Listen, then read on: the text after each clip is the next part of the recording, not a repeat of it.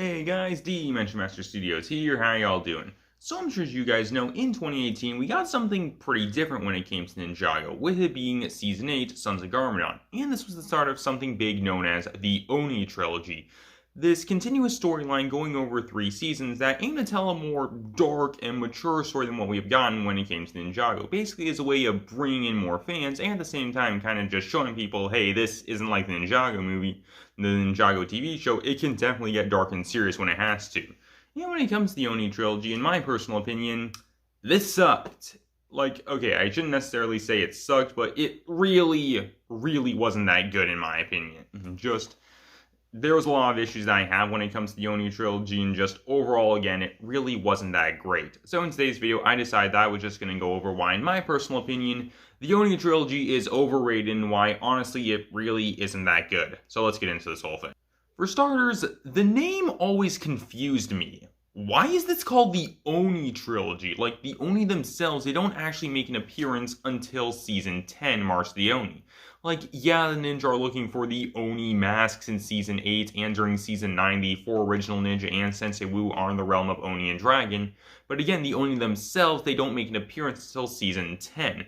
Like, if this was called the Garmadon Trilogy, that would make a lot more sense in my opinion, since, you know, Garmadon does play a really big role in all 3 seasons. He makes his re-debut into the show in Season 8, he has a very big role during Season 9, and Season 10 is devoted to him going towards the side of becoming Sensei Garmadon again, or at the very least, hinting at it. Since again, with Garmadon playing a really large role during this trilogy, in my opinion, naming the trilogy after him would make a lot of sense.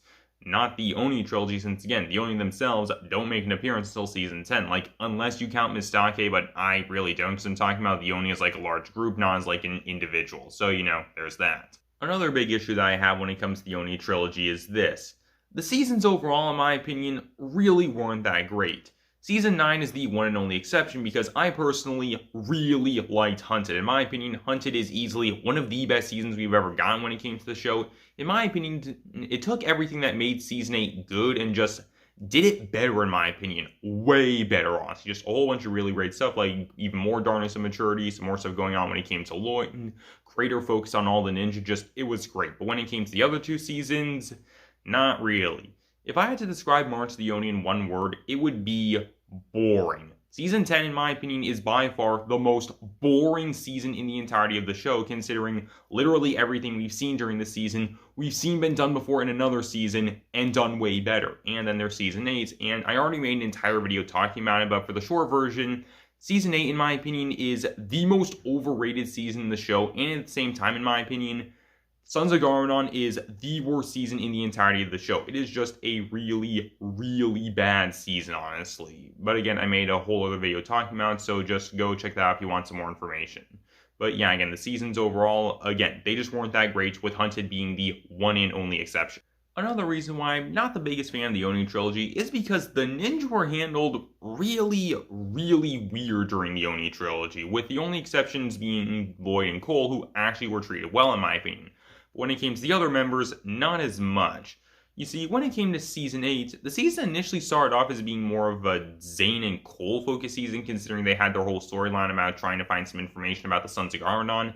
But halfway through the season, it swapped into being more of a Lloyd focused season, leaving Kai, Jay, and Nia as just being kinda there really, not having that big a role in the season overall. Season 9 then fixed this issue by giving each the ninja an equally large role during the season, having them each do a large amount of stuff during the season, and in my opinion, that was definitely something pretty cool. With Nia being the only exception, because she didn't get that big a role during this season. It was kind of weird. And like, seriously, she's also the one and only member of the team who never even wore her ninja mask at any point during this season. That was kind of odd.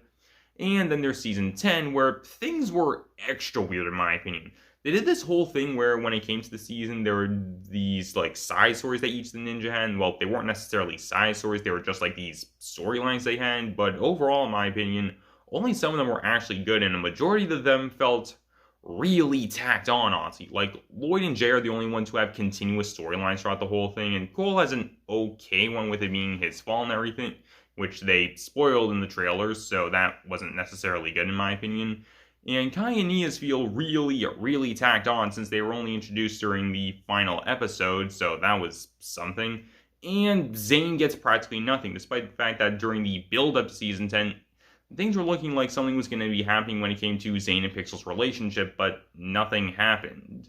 So, again, yeah, when it came to Ninja overall, Season 9 definitely handled them really well, with, again, Nia being the only exception. But when it came to the other two seasons, not as much. And again, just overall, Lloyd and Cole were the only ninja who got any sort of really well done focus when it came to the seasons overall, despite the fact that when it came to all the seasons, they were team seasons. So just, again, this felt kind of weird, honestly. Another reason why I'm not the biggest fan of the Oni Trilogy easily has to go to the new characters. The new characters are something that I personally am always looking forward to when it comes to a new season of Ninjago, because hey, they can be these brand new characters we've never seen before when it comes to the show, and they can have some really interesting storylines potentially. And when it came to the new characters that we got during the Oni Trilogy, they really weren't good overall, with only two exceptions, with those characters being Faith and Mystery. Two characters that I definitely really did like, especially Faith, considering she was the first really well done new Ninjago character in a while, honestly. By a while, I mean like skybound, honestly, because we didn't really get any new characters when it came to Zeta the Departed. Hands of Time didn't really have any good new characters, with like Makia being the only real exception, and that's kind of it, really. And when it came to the other characters that we got during the Oni Trilogy, again, they really weren't all that great. Season 10 only had one new character, with that being the Omega, and I'm going to be talking about him later on. When it came to Season 9, there were the Hunters, and they were just okay, honestly. They really weren't that great, but it was just something, honestly. And when it came to the Resistance storyline, there weren't any new characters. And then there's Season 8, which introduced, just in my opinion, the worst cast of new characters in the entirety of the show. Kilo and Ultraviolet, in my opinion, they were definitely a major step up compared to Ragmonk and Blunk from Season 7, but overall, again, they still weren't that great overall. And Hutchins and the Royal Family, in my opinion, were just wasted potential, considering the fact that they made an appearance in the first 2 episodes of Season 8. They barely did or said anything during those episodes, and then they were killed off by the end of the episode. So, again, just, they honestly feel like wasted potential. Like, at the very least, Hutchins got something and a minifigure for some reason. I'm not sure why he got a minifigure first before someone like, say, Dr. Julian or Cyrus Borg, but hey, I don't work for LEGO, so I have no idea how that works.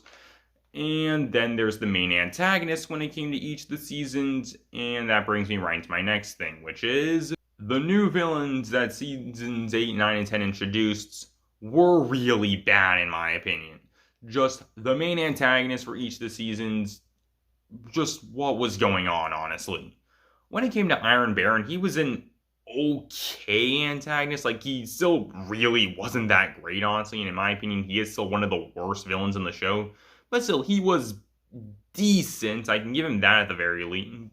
Yusani was by far my favorite villain when he came to the Oni Trilogy, but that really isn't saying much. The Omega, in my opinion, is the most boring and basic character in the entirety of the show, considering his whole thing is just, oh, I want to conquer the 16 realms. And that's literally it. That's his whole character. So he's pretty much just the Overlord, except less interesting. Because at the very least, when it comes to the Overlord, there's some interesting stuff. And he's a recurring antagonist when it came to Season 2 and Season 3. But again, the Omega, he doesn't really have that. Also, half the time, for me personally, it's hard to understand what the Omega is saying, considering just the way he speaks. Like, if the idea when it came to Omega is he was meant to be this intimidating figure, like, again, considering half the time, for me personally, I can't really understand what he's saying, I'm not really going to be intimidated by this guy. And then there's Harumi, and I've already made a few videos talking about her, so for the really short version of this, I do not like Harumi. Harumi is by far my least favorite character when it comes to the show, and I really, really do not like her. She is a terribly written and a completely unlikable character who is a part of, by far, the worst ship in the entirety of the show. I just really, really do not like her. So, yeah, again, when it came to the main antagonists overall, they were not good when it came to the Oni Trilogy. But that's really only the new main antagonist that we got introduced. Garmadon, he was absolutely amazing in my opinion. But again, this is just the new main antagonist. And again, they were all pretty bad. And one last thing, honestly, that makes me not like the Oni Trilogy all that much is how this affected the Wild Brain era of the show. Because of this trilogy, it's caused a lot of fans to not be fans of the Wild Brain era of the show. Basically, we're seeing how, oh, it made Ninjago all, like, more comedic, again, kid-friendly and stuff, not, like, dark and mature and everything. And just, I personally highly disagree with that because, seriously, go take a look at a whole bunch of stuff from the Wild Rain era of the show. There is definitely really dark stuff that you get into when it comes to this, arguably way darker than a ton of the stuff that we got when it came to the Oni Trilogy. Like, seriously, the Ice Chapter had frozen genocide, and when it came to Master of the Mountain, there was just straight up slavery during that season. But again, when it came to the Wild Rain era of the show, because of the Oni Trilogy, a lot of fans don't like the Wild Rain era of the show, which is a real shame in my opinion, because the Wild Rain era of the show, in my personal opinion, it is just as good, if not better, than the Will Film era of the show. There was a ton of really, really great stuff that we've gotten when it comes to the Wild Rain era of the show. Just a whole bunch of great characters, seasons, storylines, and this whole big continuous storyline that they started when it came to Master of the Mountain with the Vengeful Empire seemingly coming to an end in Crystallize, as well as also the stuff going on when it came to Nia and her becoming the ocean stuff when it came to Seabound, as well as also just the amulet from the island, and just, again, setting up all this stuff when it came to Crystallize. Just, there's a lot of really, really great stuff we have gotten when it came to the Wild Rain era of the show. But because of the Oni Trilogy, fans just kind of tend to overlook that stuff, really only saying that Seabound, maybe Crystallize now, depending on how things go, and Master of the Mountain are the only good seasons we have gotten when it came into the Wild Rain era of the show. And again, in my opinion, the Wild Rain era of the show overall is really, really good, and I personally have been having a blast watching these seasons. So yeah, overall when it came to the Oni Trilogy, in my personal opinion, it really isn't that good. Just, there's some good things about the season that I definitely did like. Stuff like, say, the End in Darkness and Maturity, the stuff they did when it came to Lloyd's character, bringing Garmadon back, and just, there was a lot of stuff that, in my opinion, was done well. But overall, the Oni Trilogy just really, really wasn't that good of a trilogy, really. And considering how things are going with this seemingly new trilogy that almost started when it came to the island, with like the storyline of Wajir and the Amulets, which could be technically considered a trilogy, you know, the island and Seabound Crystallize. Right now, I have definitely been enjoying this a lot more, honestly, than the Oni Trilogy. But hey, we'll just have to see, considering the ending of Crystallize, which hasn't come out yet. But hey, we'll just see. And that's pretty much all I got for you guys. So tell me down below, what do you guys think? What are your guys' thoughts on the Oni Trilogy overall? And just again, what do you think of it? Tell me down below, and I hope you guys enjoy. Later, guys, this is Dimension Master Studios, signing off.